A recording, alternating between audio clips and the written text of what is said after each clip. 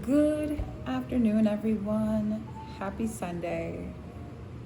It is a day of rest, the day of Sabbath, the day of being poured into God, the day that we don't have to worry about the responsibilities and priorities of the world. Sounds amazing. My name's Ariel. Good to see you again. I am studying the Word. Of course, I will always say that just in case someone comes in and is like, the heck is she doing? I'm in the book of Proverbs, the Message version, chapter 12. I will be reading the first half because just like chapter 11, it's long. It's long. And I know I talk for a long time, so feel free to chop it up. Hope you had a good week. Let's get into this. Heavenly Father, thank you for another Sabbath. Thank you for the end of the week. Thank you for a day of rest. And thank you for renewal of our minds, renewal of our hearts, and the renewal of our souls. I pray that you pour into us this day what we need to understand, what I need to learn, what they need to learn, so we can be fruitful and multiply. In Jesus' name, amen. So we're going to get started. First part is if you love learning. My candle. Why do you have a candle burning in the daylight? Well, because it smells amazing. Sorry. Sorry. If you love learning, you love the discipline that goes with it. How short-sighted it is to refuse correction. Self-explanatory. Obviously, when you're learning a new skill, building new characteristics, habits, that comes with discipline, because a lot of times you have to unlearn something in order to learn something new, to create not just discipline, but a better, more evolved you. And with that comes focus. With that comes, again, discipline. And being willing to be corrected.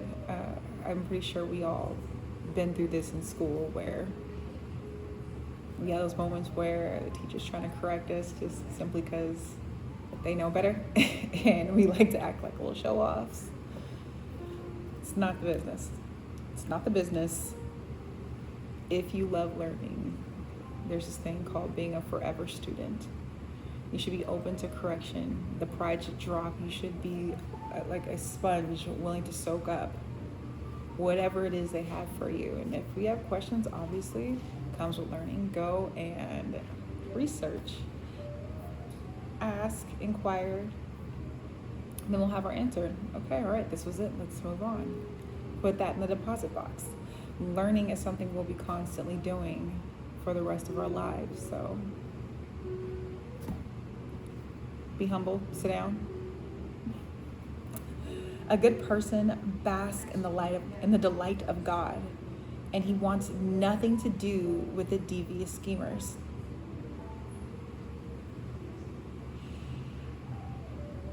This is heart posture.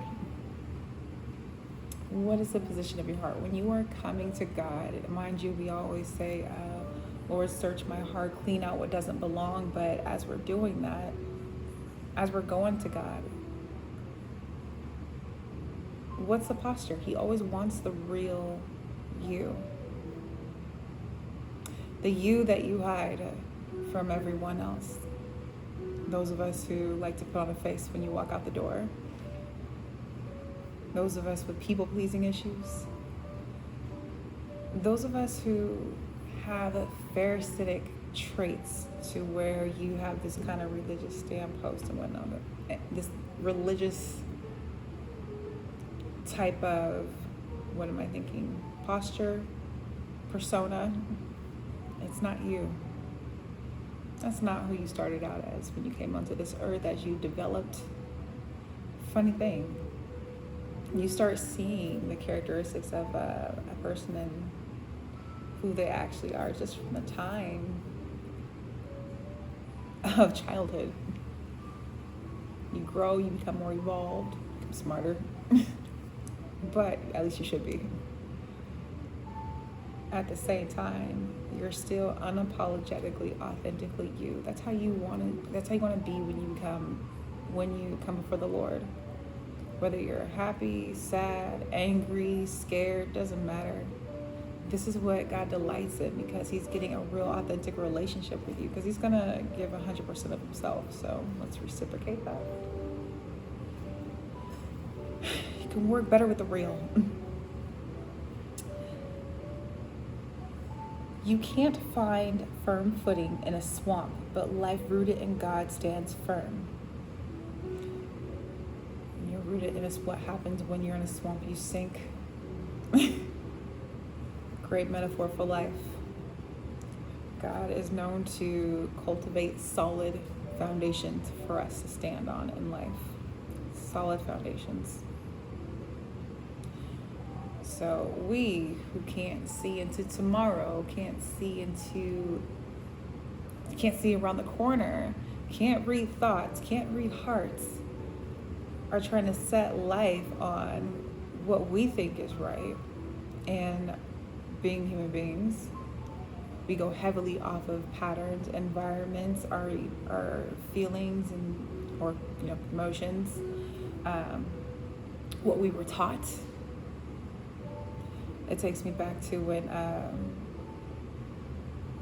I read about the woman at the well, and God was basically standing with us, Jesus, having a conversation with her, and she was rapping about how he followed Jacob and their customs, and the Lord simply told her, it's like, not only are you wrong, but your father was wrong, your father's father's father was wrong. And oh, by the way, I know Jacob, he follows me. If you want a GTA moment, Grand Theft Auto, where you get KO'd and just or that song, Day After Day, when you get checked cold in the most loving way by the Lord. But He's, again, correction. He's doing this to make sure you understand. Hey, listen to the teacher. I know you, and I know all who came before you. So put some faith, some trust in me, right? Otherwise, yes, you're a sinking ship. That is what it is. You can be, again, I have to stress this because we live in a world today where people think that because you have money and all the material things that you're doing in life, you're not. Sorry, it deteriorates. You're still hollow.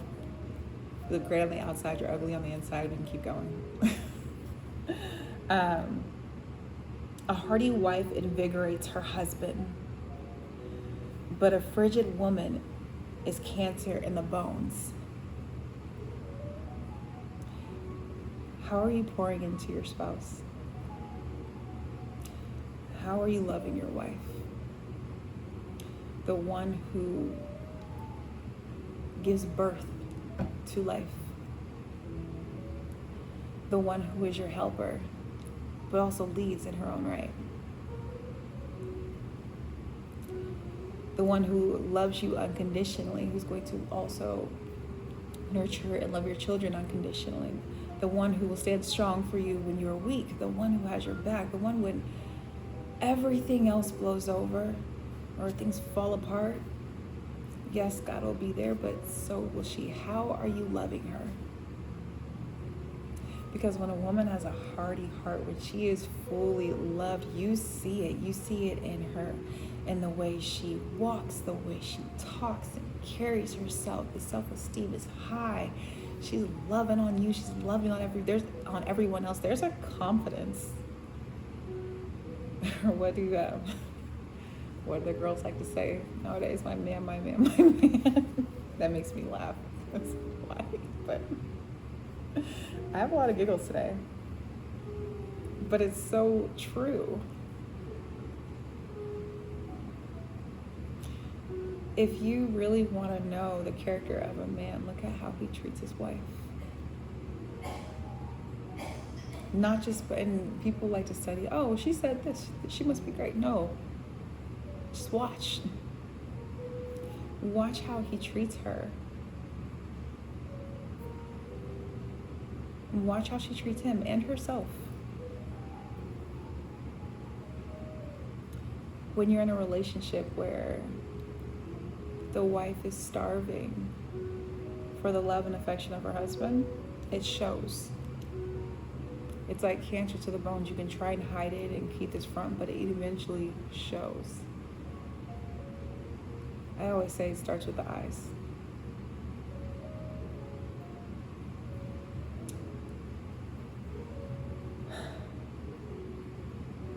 The thinking of principled people makes for justice. The plots of degenerates corrupt. When you operate anything from a corrupt standpoint, with a foul heart, with ill motives, you create a whole tower out of it, a whole lifestyle out of it, you better believe it's going to fall. It's going to fall, matter of time. Not now, later. When you're standing on true principle, you're standing on foundation, firm foundation. What do you have to worry about? You don't have to fight your battles. You know God fights for you.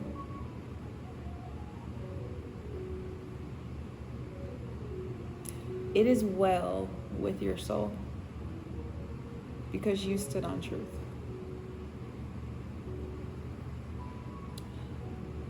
The words of the wicked kill. The speech of the upright saves.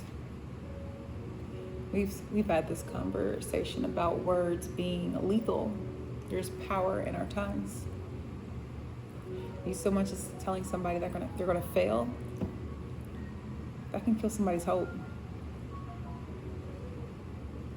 You telling somebody that they're not good enough, they're not gonna make it, calling them out their names. Words, we can go on, but words to simply tear a person down because of what you feel on the inside. You're basically bleeding out on that individual. That person could be holding something that could be life-changing. We've seen those entrepreneurs, those people who are wildly successful today, have done things that have changed the world because of something that they had in their heart. Either they had the support that they needed around them to get there, or they had no support and had to really push through the naysaying, put their faith out there and keep going.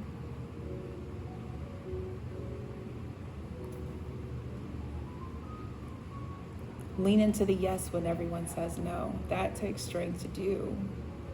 And for those who are excited, just have that excitement, that hope to even want to get started. When you tear down just an idea, especially that of a child, I guess if you want to give a pure example, you have no idea. You could be tearing down a brilliant idea that could be life-changing for you and your family.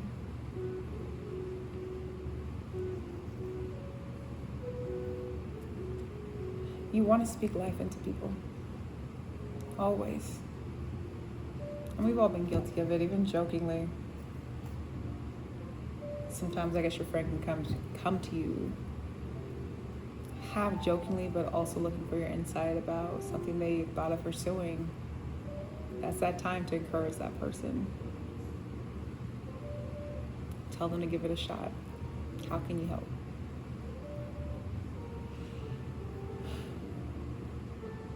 Wicked people fall to pieces. There's nothing to them. The homes of good people hold together. You cannot love somebody wholly if you do not love yourself. You cannot build a foundation.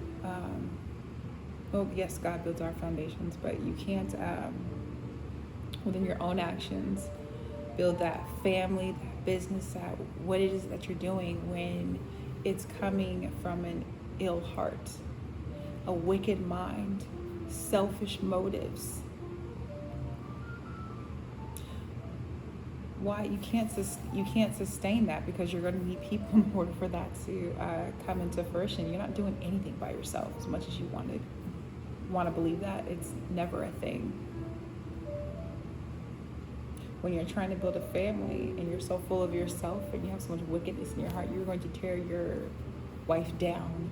You're going to say you have children, you are going to beat your children down and clip their wings, kill any type of hope that they have for what God may have instilled in them, to settle for something that's less than who they were created to be.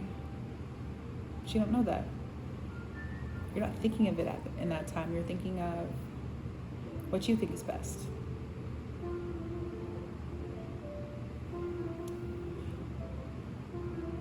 It's a recipe for disaster before it starts, especially when you have one person coming in with a good heart, selfless motives, ready to build, do whatever it takes in order to build that strong foundation, that future for you, your family, their business, whatever you have coming up in that. And then you have the one with the wicked heart, who likes the idea of it, moves on it, but their thought process is, how could I make this for me?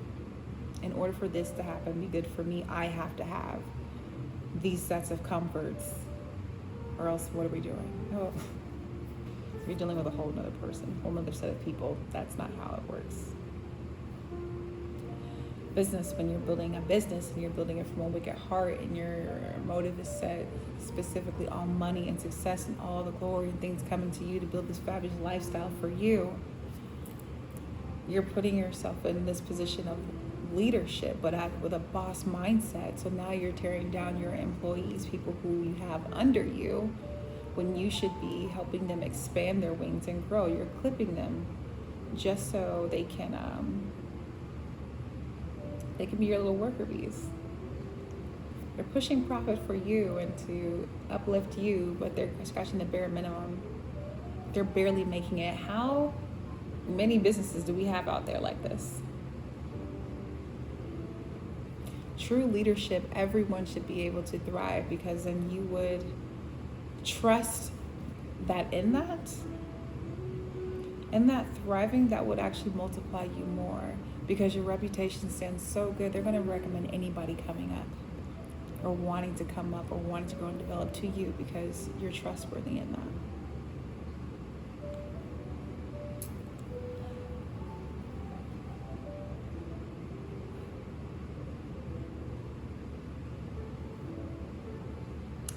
So for 7, so the homes of good people hold together, which is my first example, but it's also true for a business. What is that foundation set on? Is it solid or is it cracked? A person who talks sense is honored. Airheads are held in contempt. Gosh, we can say be mindful of our words over and over again. Think about what you're thinking about over and over again. Do your research before you step into a situation trying to correct somebody or strike up a debate or act like you know better than they. Was it Kanye saying? You don't have the answer, Sway.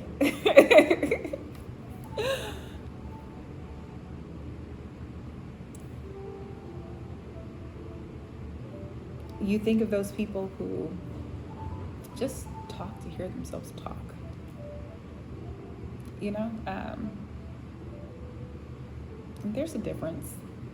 There's a difference between those who are just passionate and have something to say, and then those who just don't really care about anything of what anyone has to contribute. It's their time, right? When you're speaking, you want to speak with intention. You want to speak to build people up, not tear them down. And you want to speak with a certain level of patience and be able to receive whatever comes back to you, whether they're right or wrong. Because sometimes people are genuinely just trying to understand in conversation. Now, an empty-headed person, again, you're thinking solely of yourself. You're not thinking about how you're affecting other people. You're thinking about what you want to say. Entirely of what you want to get. You're thinking entirely of what you want to get out of the situation. You're not thinking about how it could be fruitful for the both of you. The goal is usually to come to a resolution of peace or a state of growth.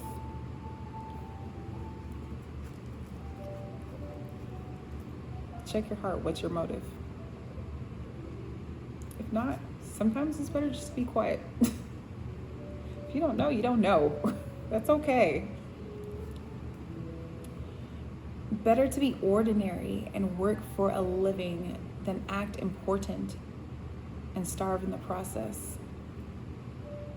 How many environments do we know today where you have people creating this whole image of themselves to be more than what they are for the sake of validation? Hollywood's one. That's a given.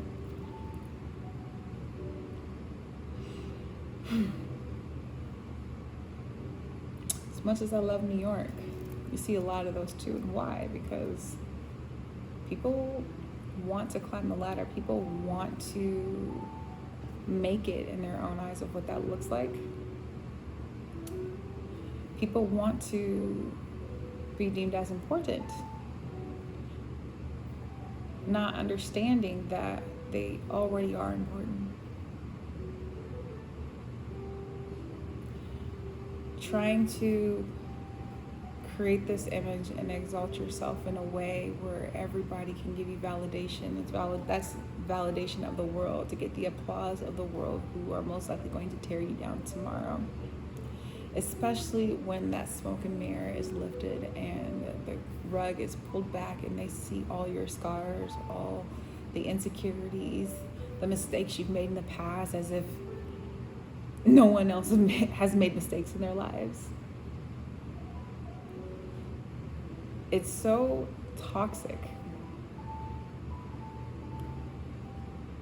how we seem to chase after what looks like success in real living, because we're so focused on the superficialness of it.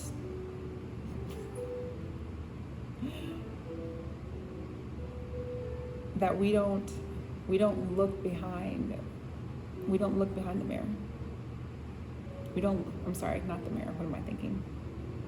You don't look behind the curtain. Thank you. And when you look behind the curtain, you see the chaos of what's behind there. I love old Hollywood stars. I love how, despite everything that they've went through, kind of look back in the history of a few of them, and they've been through some traumatic stuff within the industry, in their own personal lives, but also within the industry. But then when you see them on TV, they're elegant, they stand confident, tall, they're poised. You know, not a lot of the craziness you see today, but they come off as real class acts. But then when you dig a little deeper and then you see what they went through to get to where they were, what they went through before the fame and how it shaped them. There's so much ugliness that comes from it, and it wasn't all their fault. Being victimized, abused for their talents. That's all slowly starting to come out now in the media, but my point is, when you what we see versus what's really going on. It looks glamorized, but it's actually painful. It's why so many go to these heights of success, but they're still miserable, addicted to substances, some even suicidal.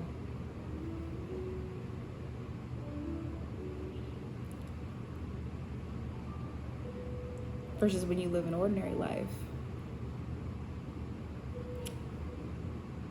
Camera's not on you. You make a mistake. No one's there to tear you down and treat you like you're inhuman. No one's there judging your every move, putting you in such a state of insecurity to where you're constantly trying to watch and alter yourself and your personality and how you move and how you think, what you say, just for the sake of offending the wrong person because they misinterpreted whatever you had to say. Again, we're being intentional. But also there's a lot of foolishness out there. I mean, pick which way you want to go about it. Now, it's not saying that we can't have success, but again, where's the foundation coming from? What is it being built off of?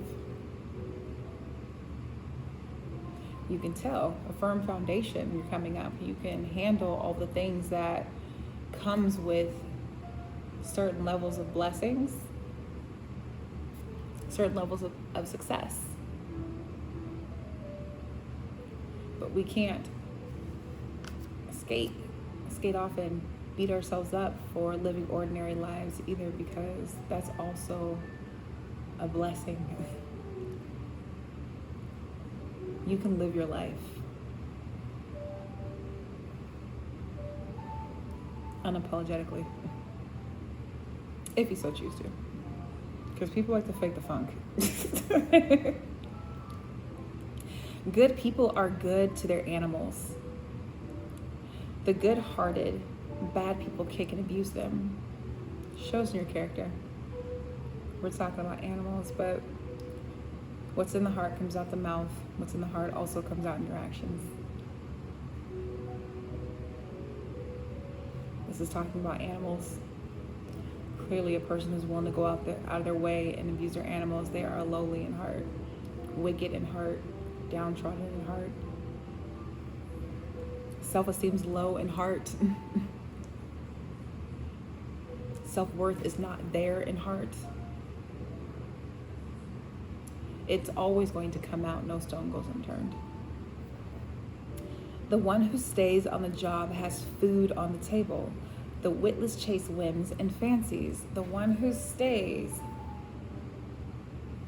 works on their task, works on that, not just your average day job. Let's say God gave you a task and he made a promise. I'm going to build this and this and this. I need you to do this in this season right now. Stay at it.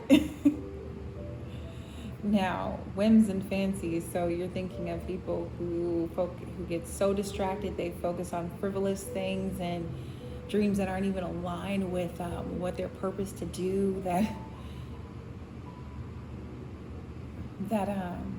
although sounds lovely, now there's a difference between clipping people's wings and also understanding. What are you doing? You know, whatever dream God gave you, the task that he gave you to focus on, while he works that out, stick to it. Work at it. Grow in it. Perfect it. Research it. Now, we all get distracted. I know I can. I'm just saying, I can squirrel in 2 seconds. But the thing is, it's not perfection. It's the process of that. Keep going. Keep coming back. And when you get flustered, yeah, you can get up, take a walk. All right, it ain't working right now, but don't give up, especially if it's a God-given dream, a God-given vision, a God-given promise. If he, and get confirmation is something that he has for you that's going to be fruitful in your life and in the life of others around you, because we know anytime God gives us something good and puts it on our heart, it's not just going to benefit us, it's going to benefit everyone around us. And then stay at it, focus, and seek God in that. How do you want me to work this? Where do you need me in this time, in this moment? And watch God work. And don't beat yourself up about it. We do that. I do that. The Lord has me working on a few projects, and I can tell you, when I get frustrated, oh my God. Why? There's a lesson in every moment, though. So don't get off the task. The things that are frivolous, that don't matter, that are going to be there tomorrow and the next day and the next day and the next day, let it ride. That's why when you do succeed, and I'm saying when you do, not if, but when you do, you'll come back and see those frivolous distractions. In this case, I'm saying people are doing the same thing. They never left. Which can be sad, but also, if so be it, they're willing to step out of that and God graces it, you now could help them. But full circle moment. Last one. What the wicked construct finally falls into ruin, while the roots of the righteous give life and more life. I'm thinking glory to glory. When you construct something out of wickedness, it is doomed to fail.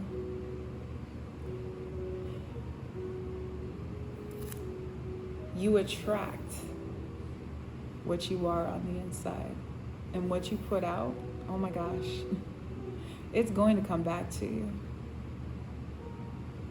So in depth, so saying, those who come up under you, who should be leading and stewarding from a good standpoint, they have wicked motives just as you. They only see you for what you can do for them.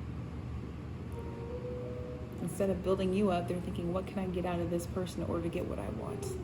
Now, that's not always your fault. It's not always because of what's in your heart.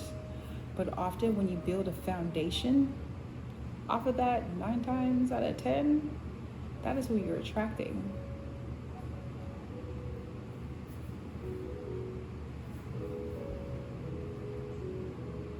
Wicked minds attract. Just like the good in heart attract. This is about your heart posture, your motives, your values, who's leading you. We can't be our own gods. I don't care if you're a kid, a teenager, a young adult, full-fledged adult, older. As long as we're still here on this earth, we are forever students. There is still something to learn. We are still in positions of submission to God, because there's always development that we need.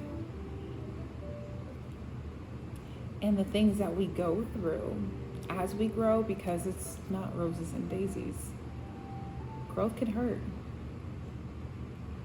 The beautiful thing about it is when you are growing with God, despite the pain, He works with you through that, develops you on the inside. This inside work, this inner work is not something you can just do by yourself. We've had these habits our whole lives.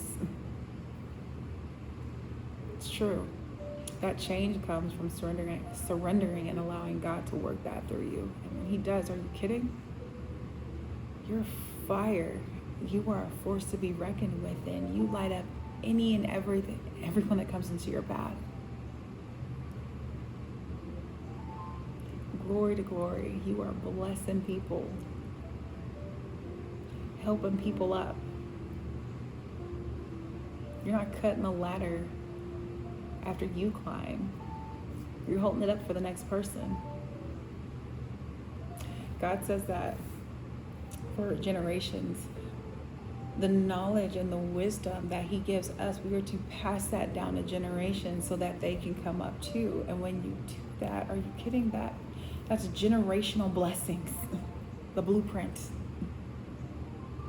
So much is teaching your child how to hear and talk to the Lord, how to live with the Lord, how to lean into the Lord, not just the stories of what he's done for other people, but how to walk with him so he can work in your child's life personally. You don't have to wait for them to become a teenager or an adult for that. You can start as young as infancy.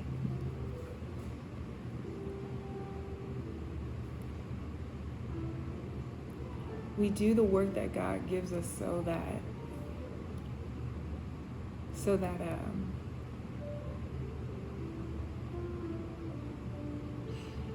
we could be blessings to others that come across our paths. It's more fruitful to give than it is to receive all the time. And you give knowing that God's got you. There's nothing in this world that you can't have when God is on your side, that you can't achieve when God is on your side.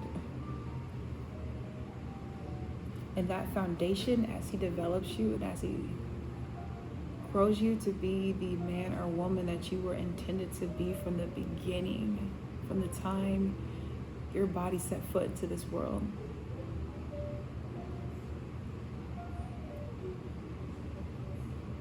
It's almost unimaginable. You're achieving things that you didn't think you could. You're growing in ways that you didn't think possible. That's how legends are born or created. And say if you do so much, it's generationally changing, life changing for so many, and no one notices you, that's okay. God noticed. The only one that matters notices, is applauding you, is cheering you on, is opening doors when it's getting shut in your face, and allowing those doors to be shut because they weren't for you in the first place. He saw things that you didn't see. He heard things that you didn't hear. And because of that, he's going to make your life abundant. Heart posture, heart posture, heart posture, and obedience. So think about that. I hope this blesses all of you. I know it blessed me. I mean, in saying this, excuse my stuttering, I'm trying to be careful with my words, but it touches me so much because I've gotten to see God work in the lives of people that I have prayed for, and it's been all worthwhile and worth continuing. So I love you all. Thank you for listening. I hope this blessed you today. We'll do the other half next week. Have a good day. Bye.